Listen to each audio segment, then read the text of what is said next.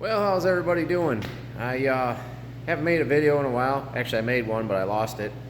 Obviously, we've made some mods to the old girl, and I had videos of it, but unfortunately, I lost them. So there's the 72-inch Moto Alliance plow.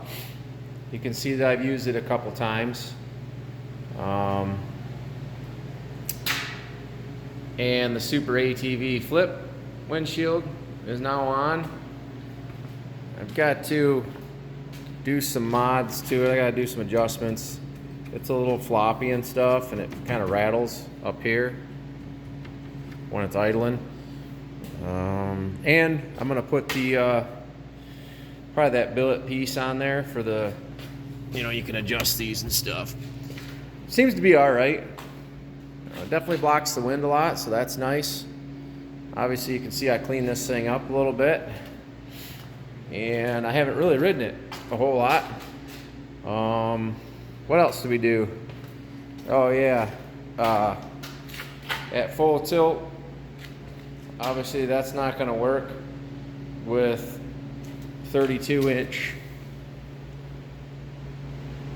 10.0 stock rims. These are Blackwater by ITPs on the factory rims. So people will ask, do they rub? Very slightly. These push pins that are in backwards, they put them in backwards, so they'll slightly rub at compression, on the suspensions. But other than that, it's not bad. You can see I haven't really ridden it that much. There's still the tits on the tires. So I put them on, and I was going to go on a wheeling trip, and I ended up buying another off-road Jeep. So because it had heat, the wife wanted heat on the trip, so I bought these tires and put it on there, and I was going to go up and go tear it up, and well, that was a waste of $700. Well, not really. I planned on putting 32s. I actually wanted carnivores, but they were on back order, and you can tell these things are extremely aggressive. So I'm not sure if I'm gonna like that or not, but probably for what we do here in Michigan, they'll probably work really well, because it's always kind of muddy and like real loamy dirt. So I think these tires will probably work real good for 85% of the riding I do. Maybe they'll do all right in the sand. I don't really ride in the sand a ton here, so it's not a big deal. I do need to get some wheel spacers for the back to make the offset the same. Because the tires are a little narrower. I know the rims are the same, but like the tires on an 11-inch rim, it makes it kind of appear like it's like almost 3/4 of an inch narrower per side, because the factory's got the 11-inch tire. I'm not 11-inch rim, but 11-inch tire, where these are 10 inches. So you lose, while the rims line up and are almost even. Just trying to, you can see the offset there. So it's like 3/4, a little over 3/4 of an inch on each side. So I'm gonna probably put some 1-inch spacers, and that'll probably take care of it. I'd really like to just find some front rims for it, and well, that wouldn't work either. I don't know. As you can see, I haven't really thought it out yet, but I need to get some spacers on here. No clearance issues here. It is pretty tight there, right there. There's probably, maybe a 1/4 inch or so. I'm running them sliders, trailing arm sliders from Honda. So other than that, I've got the winch install all done on here. Obviously, I went with the Black Ops from Super ATV 4500, and it seems to work. The install was super simple. I ended up putting a new front bumper on this thing, because the other one was all smashed up. You can see in my other videos that we smashed it all up, and yeah, seems to work fine. So this Moto Alliance has got a quick release here. but I really don't want to ride much because it hangs down so far, you know. It's not bad, but you know, you wouldn't want to hit a rock with that or anything. Pretty simple to pull that whole winch bracket or that plow bracket off the frame though. It's really simple actually. So it might take 2 minutes to do it if you want to do that. What else here?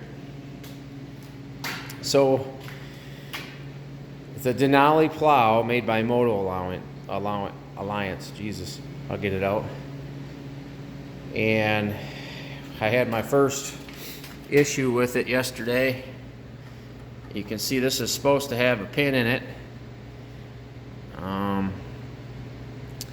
You can see that the pin had been wearing here and popped itself out, and it bent this. And this is the second time I've used the plow. And so I think it's kind of poor engineering. The other side, the actual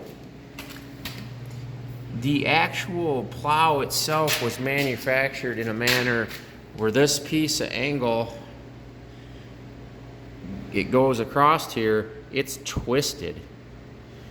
So that, instead of being straight up and down and sitting flush on the, I think I got one here, hold on guys. Got the one that fell out in here. There we go. So these things are supposed to sit like this on the ground and keep the plow up in the air if you're doing on dirt or whatever. Well, that thing's twisted, was welded and manufactured wrong, so this thing sits like this. And you know, so you know, they said they'd give me a new plow, but I had it all together and I would have had to disassemble, because this thing comes in like 4 packages. The plow doesn't have anything on it. I would have had to disassemble it all, package it back up, take it in, you know. So I just decided to keep it, and this happened, and I am going to do away with this cheap thing. It sucks that I'm going to be grinding and welding on my new plow, but I've got some shoes from a real plow.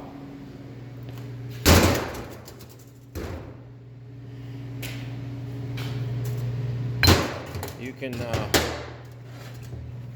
kind of see the difference. So I've got some real shoes from one of my real plows I used to have, and I'm gonna, while that is probably way overkill, I don't want to revisit this. I think this is just cheap and you know, it's just not a big enough footprint. I really like these ones. I put these on all my plows. I used to plow commercially, and I like these because they got the little foot in the front, so if you do hit something, it bucks it up over top of it. Where these ones got a little tiny bevel. If you hit something and it doesn't go underneath the bevel, it's a lot on your blade there. So today I'm going to take them off. I'm probably going to take the plow right off and lay this thing flat and grind that off and weld this on. I'm going to clean it up first. I just hurry up and cut it off of something that I was selling, an old junky plow that I had. But yep, that's what we're going to do. And then we're going to weld that on, and then I won't never have to have that problem again. These shoes are ridiculous compared to these other ones, and it'll add a little weight to the plow. I have a dirt gravel driveway, so that's part of the issue with this. These things dig in. I don't think they give you a big enough footprint, so we're gonna fix that. It does kind of suck to get the powder coat off there, but what are you gonna do, you know?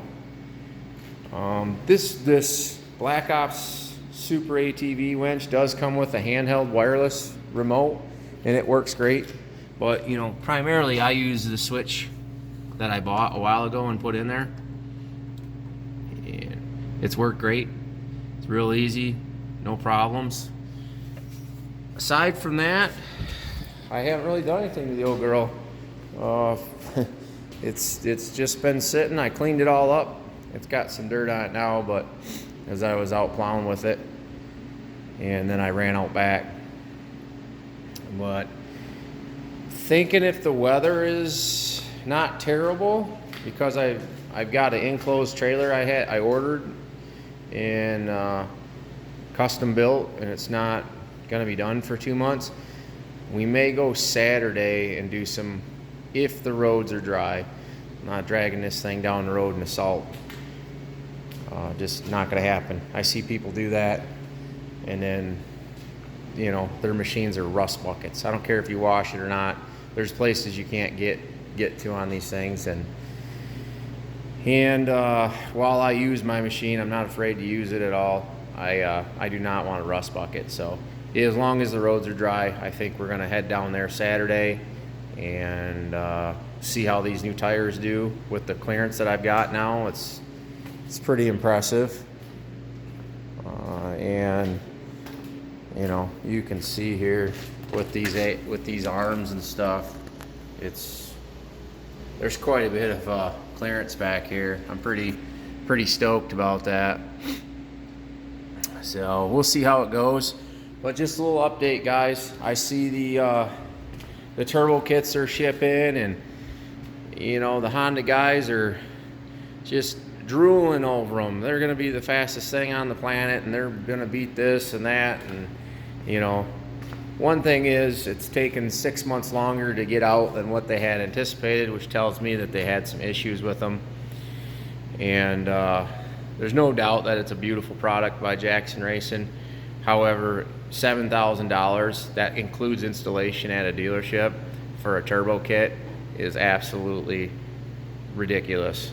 You know, I'm gonna tell you that right now. I used to build turbo kits for 4-stroke snowmobiles quite often, and we've even bought kits for $5,000 that were way more complete and had way more tuning. I mean, complete kits with clutches, clutch upgrades and everything, injectors, the whole 9 yards. So I'm not dogging them guys, because it looks like a great setup, and I know that the DCT trans tuning is key to that, and you're paying for that R&D work. But one thing's for sure, Honda will not warranty anything, any failure that they think is caused by the turbo kit. So you guys that are buying these and thinking that they're under warranty, because that's what people are saying, and they initially come out and said that. However, feel free to email Honda directly yourself, as I did.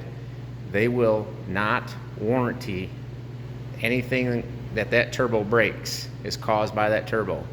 So, you know, to me, if you know, you shouldn't break anything as long as you keep it low boost. But I don't see any wideband gauges on these things, which is kind of crazy to sell a turbo kit for that kind of money and not have a wideband O2 sensor gauge, and tell somebody, hey, listen, if this thing is running lean for some reason, and I know they tune them conservatively, but what happens if you get a crack in a hose, or you've got a fuel pump that's in a year starting to get a little weak on the machine or something like that? You'll never know that unless you have a gauge on your machine and you know what to look for. So these guys are going to go out and ride these things. If they do develop a problem, and these are mechanical machines, you would never know that you're running your machine lean until it's blown up, you know. And literally, I would suggest that anybody that is going to run one of these kits invest into a standalone wideband gauge. You know, there's many people that make them. You got AEM, which we've had good luck with them ones. I prefer AEM. Innovate makes nice stuff, anything like that. and they're just basically a gauge, and then you put in a bung, and I know the factory ECU is controlling it. You've got a wideband, you've got an O2 sensor from the factory, and it is making adjustments. You can see it over there, right about there, and it's making adjustments. However, if you have a mechanical failure, the computer can only make, in a closed loop system, can only trim or add so much fuel, and if there's not enough fuel there for it, it's not going to shut the machine down. You know, it's going to continue to run. And you know, if you're under heavy throttle and you're out there running this thing wide open and it goes lean, it goes 13.5, 13.8 under a heavy load wide open, you are going to detonate that motor. And I can guarantee you, maybe not right away, but there's going to be a handful of people that have mechanical issues over the next couple of years, and a little $120 gauge is going to have saved your motor. You know, there's I mean, we went so far on trail sleds that had turbo kits to run pro loggers on them, which is kind of old news now, but pro loggers that were, so you could manually control you could run a boost curve. They were more drag racing and stuff like that, but what they had on them was they have a never lean option on them. So you could set that so if it went lean for more than 1 second, 2 seconds, whatever you set it at, if it went over, say you wanted to set the never lean condition at 13.5, and if it was 13.5 under heavy throttle and it read it off boost, let's say at 6 pounds of boost, and it was 13.5, which is way too lean under heavy load, cruising around, no problem. 13.5 at 6 pounds of boost, climbing a hill, you're getting in the danger zone, you know, for sure, past the danger zone. And what'll happen is, even though the factory ECU is going to pull timing, it's going to do everything it can to save the motor, the tune in the motor, I know they calibrated it, but there's only so much safety they can do with the computer before it hurts it. But this Pro Logger would basically dump all the boost. Boom. It would take it down to whatever. You could set the gate pressure really low on them. I mean, we used them in applications that we were running 30, 35 pounds of boost on, like Yamaha Apex 1000cc inline fours, 25 pounds on like the YXZ motors, 25 pounds of boost with like 5128 precision turbos and shit like that on them. So what would happen is, if we'd have an issue with something, and it does happen on trail machines that you put lots of miles on, let's say they, whatever, develop an issue, and they're running her hard, and they got it right to the bar, and this thing sees 13.5 at, you know, I got it set at 6 pounds of boost. If it hits 13.5 air fuel, it'll dump the boost all the way back to if you turn your wastegate down, it'll dump the boost all the way back down to 2 pounds. And it'd be really hard to hurt the motor. And then you'll physically feel that. You know, you'll be like, oh man, this thing just falls on its face. And you'll start looking for issues, and then you see a digital readout. Oh man, this thing, the never lean was on, because it data logs it. So now I'm not saying everybody go out there and buy a $600 or $700 Pro Logger to do that, but you know, there are some safety parameters. You know, that's where that, like, I used to deal with the big standalone EFI systems, Big Stuff 3, used to be, now it's called Link Fury, used to be Vipec, that's the name of it, but Link and Vipec were actually owned by the same company. Vipec was actually the United States version of the Australian, and now it's just Link, it's all one place. Motec, them systems, you can set them up in trail configuration to where if I think the guy's abusing the machine, I can, you know, if he's holding it wide open for more than 15 seconds, I can put it in limp mode. You know, like, I can do what I want. I can pull power from it. You know, like, that's the nice thing about a standalone system.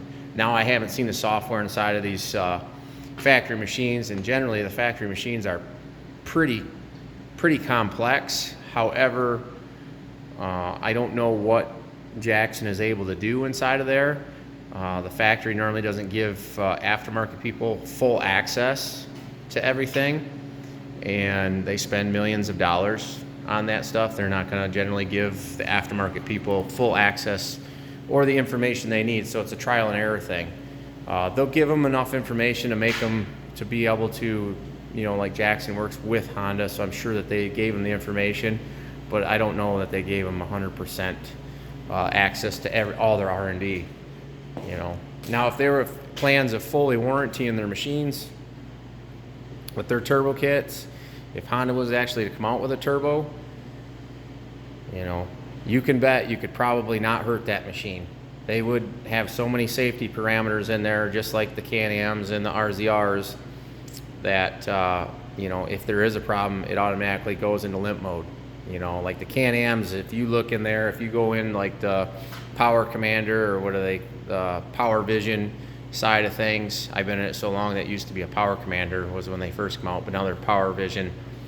There's so many parameters inside of them things, safety stuff, and it's like HP tuners for cars. You got to lie to a lot of things, and you got to make the factory, like when these guys go in and tune these machines, they got to do a lot of lying to the factory computer to get it to do what they want it to do, which has its drawbacks for sure. I'm not saying there's not people that don't have it conquered, because I'm not, like I said, I did the aftermarket stuff. It's far easier to tell the machine what you want it to do. You don't have to put a bunch of ones and zeros and go in, and there's not 10 tables, for fuel enrichment or the fuel table that affect the fuel table. You can program it, what you want. But anyways, a little tangent there on that stuff. Just if you do get one of them turbo kits, I would highly recommend getting a wideband gauge and installing it. 100% would be a very, very smart thing to do on your part. I don't care if they tell you don't need it. That would be false. You look at any turbo cars and anything aftermarket has wideband stuff on there. That's just, you're gonna say, well, the factory stuff doesn't. Well, you got, Jackson is not factory. They are not Honda factory. They're not Arctic-Cat, or they're not Polaris, that has spent millions and millions of dollars tuning and putting all the safety stuff into the software to make this happen. Jackson Racing didn't invest millions of dollars into these turbo kits because they're not going to make millions of dollars off of these turbo kits. They're just not, guys. They're the money they make off of them. They have to get a return on their investment. So keep that in mind. These they look like beautiful. They're very well made for a turbo kit, and compared to any other turbo kit on the market right now, you look at the quality of workmanship, and don't get me wrong, they are using quality stuff. For sure, there's some stuff out there for $4,000 that will work, absolutely will work. But longevity, is it going to last a long time? Does it look like it should be on the machine? I'm not going to name names, but there are some turbo kits out there that just look like garbage. They look terrible. Now they probably perform fine, and they seem to. But for me, when I want something on my machine, I want it to look factory. I do not want it to look hacked. It gives me the appeal that they did the proper work on it, and they did the research that needs to be done to give my vehicle the best chance of being reliable. You add these turbo kits, reliability of your machine goes down. You add power, reliability goes down. There's no questions about that. 100%. I boosted hundreds and hundreds of machines from naturally aspirated form to boosted. We've made some really big power on 4-stroke snowmobiles. We've 700 plus horsepower. We know the limitations of what some stock internals. I have no idea what this Honda looks like on the inside. I would love to turbo it. Unfortunately, I just don't have time to to dedicate to it, and there is no way that I would spend that kind of money on a turbo kit. Just no way. You know, I can personally fabricate and build a turbo kit for probably $2,000. Now I've got to tune it, and I don't think the software is there and readily available to tune it the way that I would want it to tune. And I would probably have 100 hours into tuning and learning about the transmission and stuff like that. So I say $2,000, you know, but my time is worth something too. And honestly, for me, this thing has plenty of power. Sure, it's lacking a little bit in some areas, but I don't need to be first. And I don't. If I rode in the sand, California, yeah, absolutely, it'd have a turbo on it. You know, I'm gonna be honest with you. I wouldn't own this if I had lived in California. All I rode was the dunes. There's no way I'd own one of these. I'd have a Can-Am X3. Regardless if I hate the belts or not, you know, you can make 350 horsepower on them things on E85 relatively easy. And, you know, it's just, and the suspension is light years ahead of the Talons, and probably catch some flack from that. But for desert running,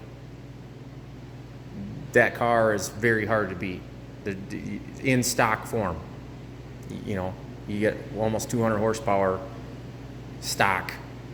You know, the suspension travel and the suspension on it alone exceeds, you know, that what Honda offers right now. So for me, I wouldn't have this machine if I lived in the Southwest, you know, in the dunes, mountains, Moab area. I still got to go with the Honda. Trail riding, I got to go with the Honda, hands down. Enjoyable trail riding, slow pace cruising, I still got to go with the Honda. It's quiet, it's a nice machine, and that's why I own one. Where we live, we do ride. You can ride fast. There's a real mix of trails, and you know, it's why I own a Honda. You know, that, and I don't want any issues. I don't want to deal with the belt. You know, I don't. You know, I'm not looking to be the first guy in the drag race all the time. I don't care. So if I was, you can probably bet I'd, you know, these things will probably get there. I think you'll see it in the future. So, all right, enough rambling. Anyways, a little update, guys. And I'm gonna get to work on this here plow and get her fixed up. Kind of sucks to work on a $800 plow, but you know, that's the way it goes sometimes. I hope everyone's doing well out there and enjoying the winter. Or not, I work out in this shit, so it's not, we've had an easy winter here, so hopefully spring comes soon and we can get out and do some riding. And that's it. Enjoy, guys.